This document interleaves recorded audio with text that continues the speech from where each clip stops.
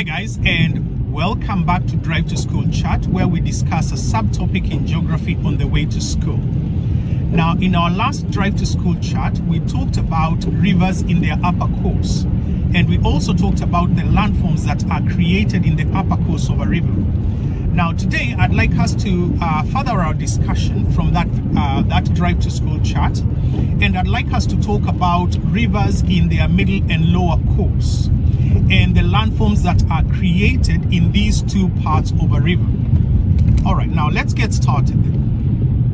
So when we are talking about the middle and lower course of a river, we are talking about changes that are going to take place that will distinguish the river in the middle course and the lower course as opposed to what the characteristics would be in the upper course.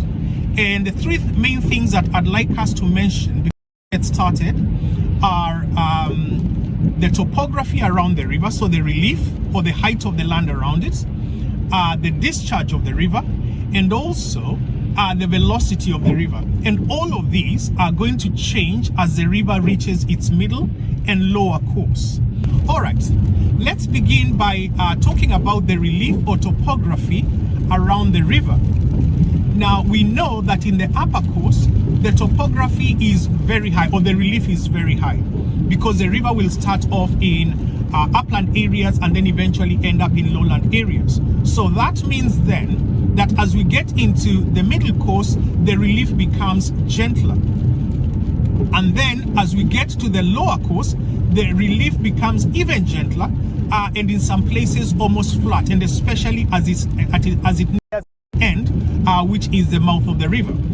So that means that the characteristics of that river will change as a result, and the landforms that are likely to be created around that river are also going to change and will be different from the ones that we discussed for the upper course of the river. All right, so that is the relief or topography. Now let's move on then to the velocity of the river.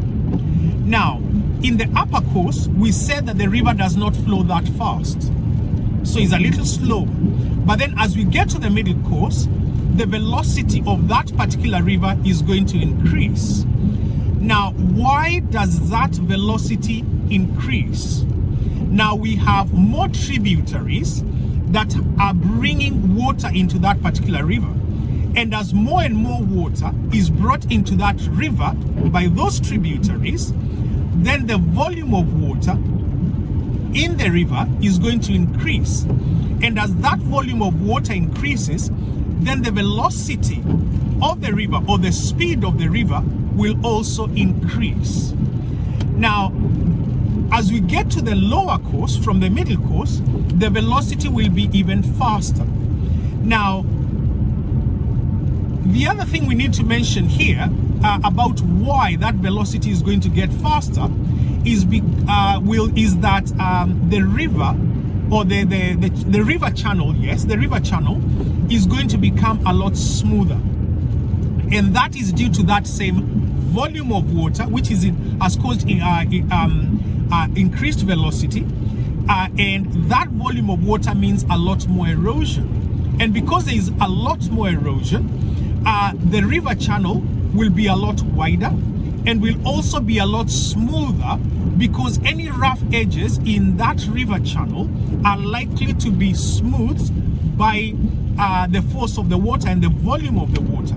And if you have a channel that is smooth, then that means that the movement of the water in that channel is going to be a lot more efficient. And if it's a lot more efficient, it then means that the river is going to flow faster, because there's a lot less frictional force, right?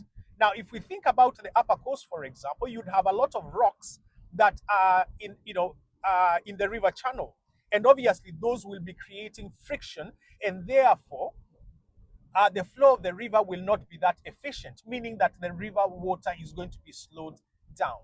However, as you get into the middle course and eventually the lower course, the river will speed up due to more water, number one, and then two, a smoother, more efficient channel. All right.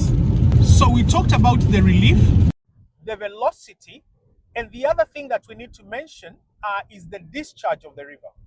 So the discharge of the river refers to the amount of water in that river. And it's also, we can also actually refer to it as the amount of water that is passing through a particular point in the river at a given time. In fact, that discharge of the river is measured in Q-mex. And Q-mex stands for cubic meters per second. So it's the volume of water that is passing through a particular point in that river at a given time. Okay, so how does the discharge change as you go from the upper course into the lower and then the middle and then the lower course? Now in the upper course, we said that the discharge of the river is low, so there's not as much water. But then as we had mentioned earlier, there are a lot more tributaries that are bringing water into that river. And as those tributaries bring more water into that river, then the discharge of the river, or the amount of water or volume of water in the river, is going to increase. And that will keep on increasing as you go into the lower course as well. So overall, the discharge of the river will increase through the middle and lower course. Okay then, now we have established those three changes, the three changes that take place. So in the topography around the river, the discharge of the river, and then the velocity of the river. Now, obviously, due to those three changes, the kind of landforms that are going to be created around that river are going to be very different from the ones that we talked about for the upper course. The first landform that we are going to discuss is meanders. Now, a meander is a bend or a loop in the river. Now, obviously, the river will be twisting and turning. Now, we did say that the river finds the path of least resistance, an area that has got less resistant geology. So that causes meanders to form. So bends or loops in the river. Now, that bend or meander, okay, let's just use the right term. So that meander is likely to become even more pronounced over time. Now, what do I mean by that? We have certain things on that meander that will cause it to become a lot more pronounced, and that is that the outer part of the bend is going to have faster flow of water. Then the inner part of the bend is going to have slower flow of water.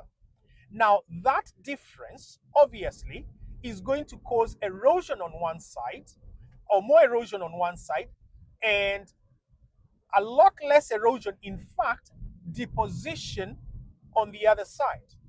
And that is what is going to cause that meander to become a lot more pronounced. So the outer part of the bend, due to that faster flow of water, is going to end up with the creation of what is referred to as a river cliff, or a slip off in that particular river. So that erosion will cause that of the river to be a lot to slip off a lot steeper than the inner part, where you will have a lot more deposition, because the river will be slower there and therefore will not have as much energy to carry material, to erode material, and therefore the material that it's carrying is going to be dropped or deposited. All right. So the meander now is getting more pronounced. Then as we carry on, we then have the formation of the second landform, which is an oxbow lake. Now an oxbow lake obviously is going to form from that meander.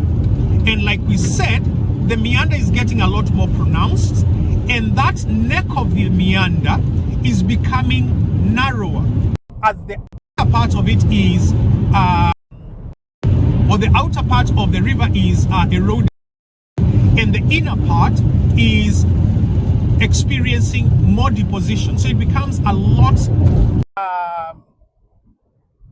the neck of the meander becomes a lot thinner. Now, times of flood especially, so when the river, when there's a lot of rainfall and the river has a lot more water, that neck of the meander is likely to be breached. So the river during times of flood is likely to cut through that neck of the meander and form a faster, smoother, and more efficient channel, because there'll be a lot more water, and therefore that neck of the meander will basically be, the river will wash through it, right, and destroy that neck of the meander. And now the river will be flowing in a straighter, more efficient channel. Now with time, the meander, or that loop that was around that, that is now around that new channel, is going to be blocked off. And it's going to be blocked off as deposition occurs on the banks of that particular river. So now that loop or bend that was in that river is now going to be cut off completely. And when it's cut off completely, we then refer to it as an oxbow lake. And as we know, a lake is a body of water that is standing on its own. So it doesn't necessarily have water that is flowing through it. And that's why we do not call it a river. And obviously now, from a meander of a river, it now becomes a lake, an oxbow lake. All right. The next landform that we are going to discuss is floodplains. Now, of course, in the lower course of the river, as we discussed earlier, the land around the river is a lot flatter. Now, because of that, when there is heavy rain, or when there are storms, and in the UK especially in the winter, then you're likely to get, the river is likely to have a lot more water and is likely to burst its banks. Now, obviously, when the river bursts its banks, we say that that river is in flood. So it actually floods. And that means that the river, the water that is in the river will overflow the river channel and end up in the surrounding countryside. And that area that is flooded when a river bursts its banks is what we are referring to as the floodplain. So that is the third landform that is created in this part of the river. Now, what happens after a flood takes place on that particular floodplain? So the river, as we know, is carrying sediment or silt, or what is also referred to as alluvium. Now, that alluvium that is being carried is likely to be deposited on that particular floodplain. Now, we know that the alluvium is made up of small particles of rock. And we know from studying sedimentary, igneous, and metamorphic rocks that these rocks contain minerals, which then means that the alluvium or the silt that is going to be deposited on the floodplain will also contain those minerals, which then means that the deposited material makes very good soil for farming. And therefore, you will find that there will be farming taking place on the floodplains. All right, now let's move on to the fourth landform, and that is levees. Now, levees is a French term, and what we are referring to when talking about levees is the river embankments. So what's going to happen as the material is deposited on that floodplain? So we've said that when the river is in flood, alluvium will be deposited or silt will be deposited on the floodplain. But as that river bursts its banks, the biggest material is going to be deposited first as the river overflows the channel, and then the smaller sediment is going to be deposited later on. It's going to be carried further on into the floodplain and deposited a little later, which then means that there will be an accumulation of larger sediment immediately outside that river channel. And that is what builds up what we are referring to as levees or natural embankments. Now, why are those levees important? Now, those levees are important because they increase the water holding capacity of that river channel because they are raised. And that means that the flood risk of that river will actually be reduced naturally due to those raised embankments or those levees. All right.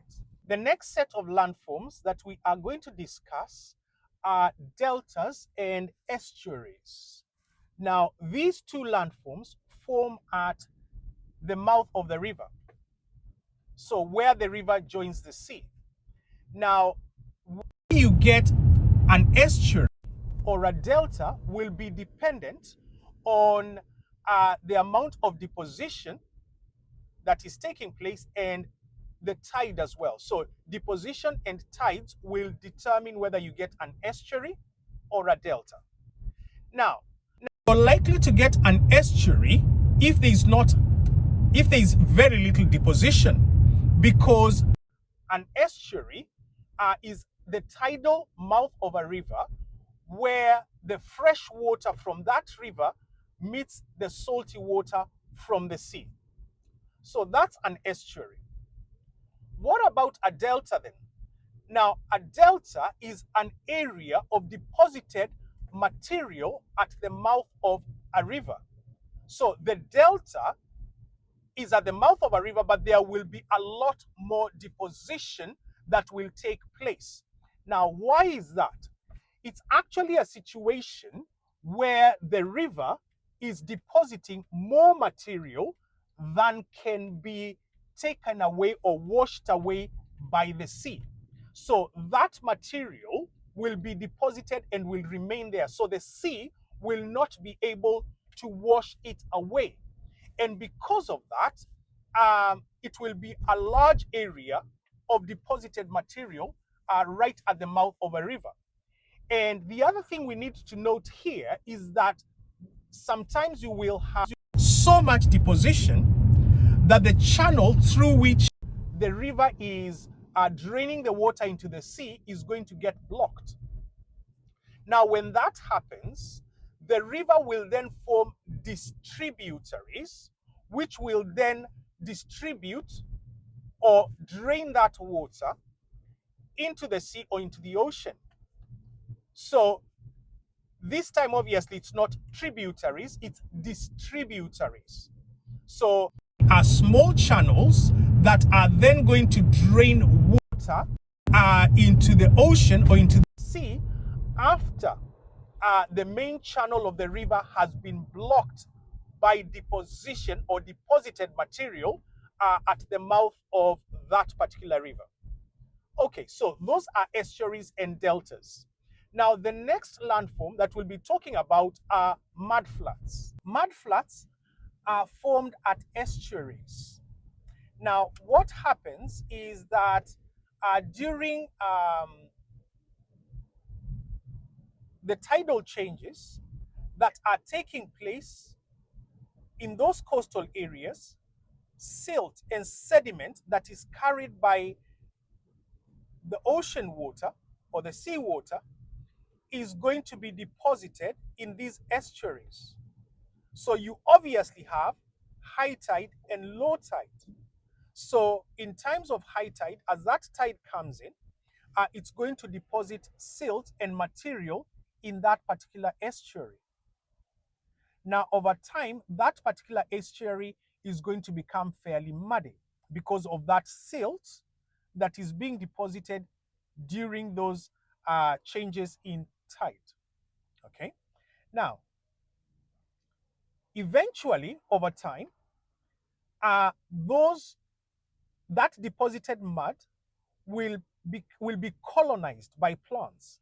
So it will become a habitat for rare species of plants, animals, and birds. And that's because there is the influence of the sea, meaning that you have, salty conditions in that mud.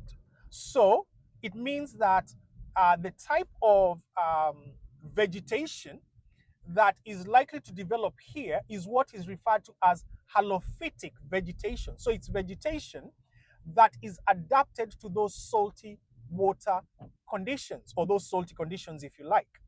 So these mudflats obviously are going to be deposited here, and they are going to form a very good habitat for rare species of plants, animals, birds. Now, the other thing we need to mention about those mudflats is that during high tide, they are likely to be covered. So they are likely not to be visible.